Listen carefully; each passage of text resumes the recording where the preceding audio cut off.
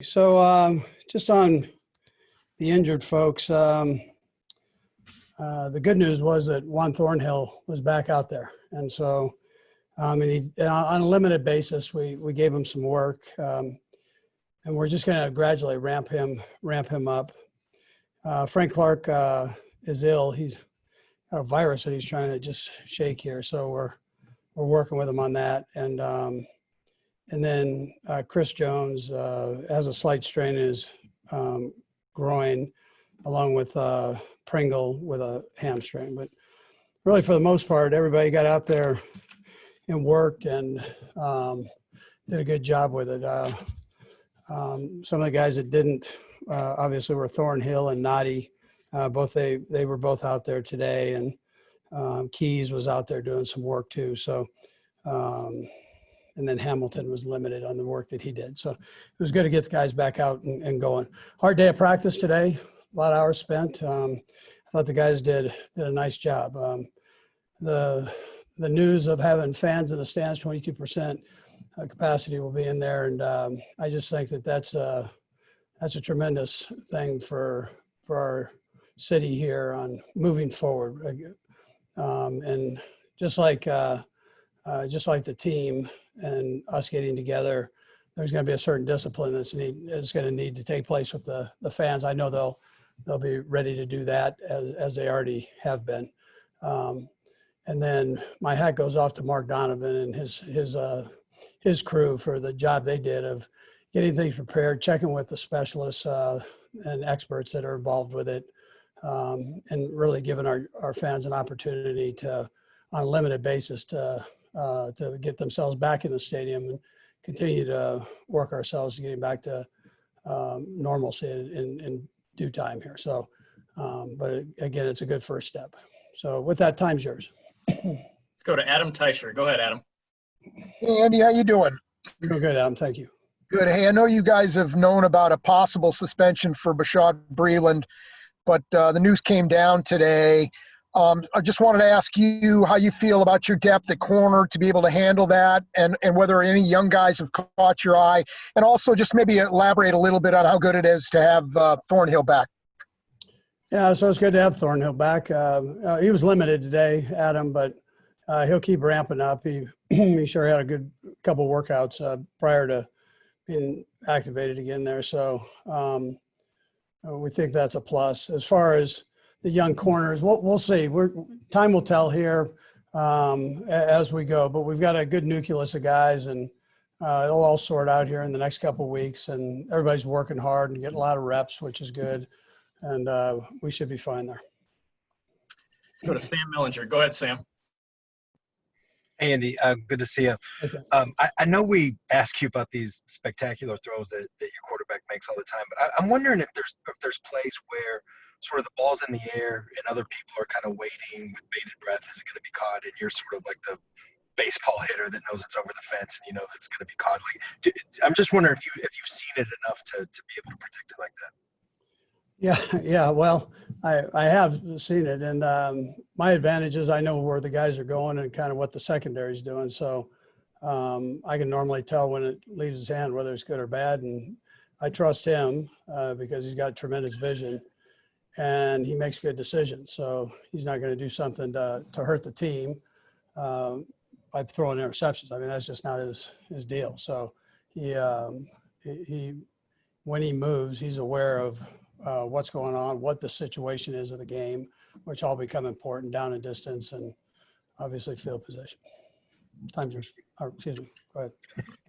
Let's go to Sam McDowell. Go ahead, Sam. Hey, Andy. When you guys when you talked with Brett and his group about this offseason, it seems like to get this roster back, it required cooperation from the players as well, at least a few guys, especially financially. What gave you guys confidence you would get that cooperation? What do you feel like it reveals about your group that you did? Yeah, well, it's a good thing that we were able to get them back. You never know going into the offseason how that's going to work out, but obviously guys wanted to be here, but at the same time, Clark Hunt gave Brett the opportunity to go get the guys, and I thought that was, that was important. And Brett and his crew, I thought, just did a heck of a job with it. And, and then there's a want to. The guys, they want to be here, and they know they have an opportunity to, with hard work and working through the process, to be a good football team. Let's go to Tyrann Petro. Go ahead, Tyrann. Coach, I'm curious, you were talking about how you know the routes and where it's going, and maybe the throws are a little bit more predictable for you, but you're obviously, and I think you've discussed it, and Patrick's even said, 2, 3, 4 years from now, when he really has it all down, he in that one LeBron James show, he talked about being able to see the whole field and how Peyton Manning and Tom Brady have those reactions. But he is evolving, right, as he comes along. So do you have to evolve with him? Do you, like, instead of maybe a play that has one option on where you want to go, do you have more, more plays that give him more options and put more on him as he progresses? Yeah. So I hate telling you this, but I'm not sure we have one play that has one option. So it's normally there's three of them, and anytime there's three, it's it obviously keeps pressure on the defense as long as you're reading it the right way, and normally is good versus just about everything. So. That's Pat's got a good feel on that. He reads quickly and accurately, and he's got a good listen. He's blessed with great vision. That's the thing I keep coming back to you with is he sees, and he has a mind that is decisive with decision making. So, and for the young guys out there, kids that are trying to be quarterbacks, nobody works harder at it. Nobody studies more than he does. So. He's blessed with this, but he also works tremendously hard at the job. Let's go to Nate Taylor. Go ahead, Nate. Andy, I have two questions for you. Several guys have mentioned that even as you adjust this camp to keep everybody safe, it's still a rigorous, fast-paced, camp. I'm wondering, how do you feel like you've been able to sort of define camp and refine it so that guys always feel like they're working constantly during practice? And then secondly, because of your tight end situation right now, Nick Keiser's getting a lot of reps alongside Travis Kelce. This is his second year in the system. Just what have you seen from him so far that if he is asked to be in that role on opening night, that you guys feel comfortable with what he's given you? Yeah, so Nick's doing a good job. He's getting better every day. He's a smart kid, tough kid. He's got a good mentor there with Trav, so he gets to see it done the right way. And so I'm asking all those guys, just try to get yourself better every day, work through it. We ask a lot out of that position, both in the run game and the pass game. And if you're not focused in every day that you come out and discipline, then you're going to take a step backwards. So they've done that. They've done a good job with it. Nick being one of them there that's I think is really working hard at getting himself where he's one of the guys. Let's go to Matt Derrick. Go ahead, Matt. Hey, Coach. Rick Gosselin wrote a piece this week making the case for Mike Holmgren for the Hall of Fame, and I know you're supportive of Mike going in. Just curious, what would be your pitch to make for Mike being a Hall of Famer? Yeah, well, listen, I mean, he kind of raised me in the business of the National Football League. So I'd tell you, at the time, I go, man, I have a hard time believing anybody does it better. And now I've been a head coach for a couple of years, and I still feel the same way. I mean, he was phenomenal. The way he handled the players and management and us as coaches, I didn't think nobody that I've been around has done it better than he did. So he just had a good way about him. He's brilliant. And there's two of the three of them that are in the Hall of Fame. Right? That strong triangle that we had, Ron Wolf and Brett Favre, and we need the other part of that to really make it whole. Let's go to Pete Sweeney. Go ahead, Pete. Hey, Coach, a question about Mecole Hardman. He's somebody last year, and I know that play design is a good part of this, but just eye-popping, yards per reception, yards per target, and he's on a very talented team that only has one football. So what is the message to him as he continues to grow and maintaining maybe his desire to be a little bit more involved in the offense? No, well, he's coming in the right frame of mind. He worked his tail off in the offseason. He's working hard now.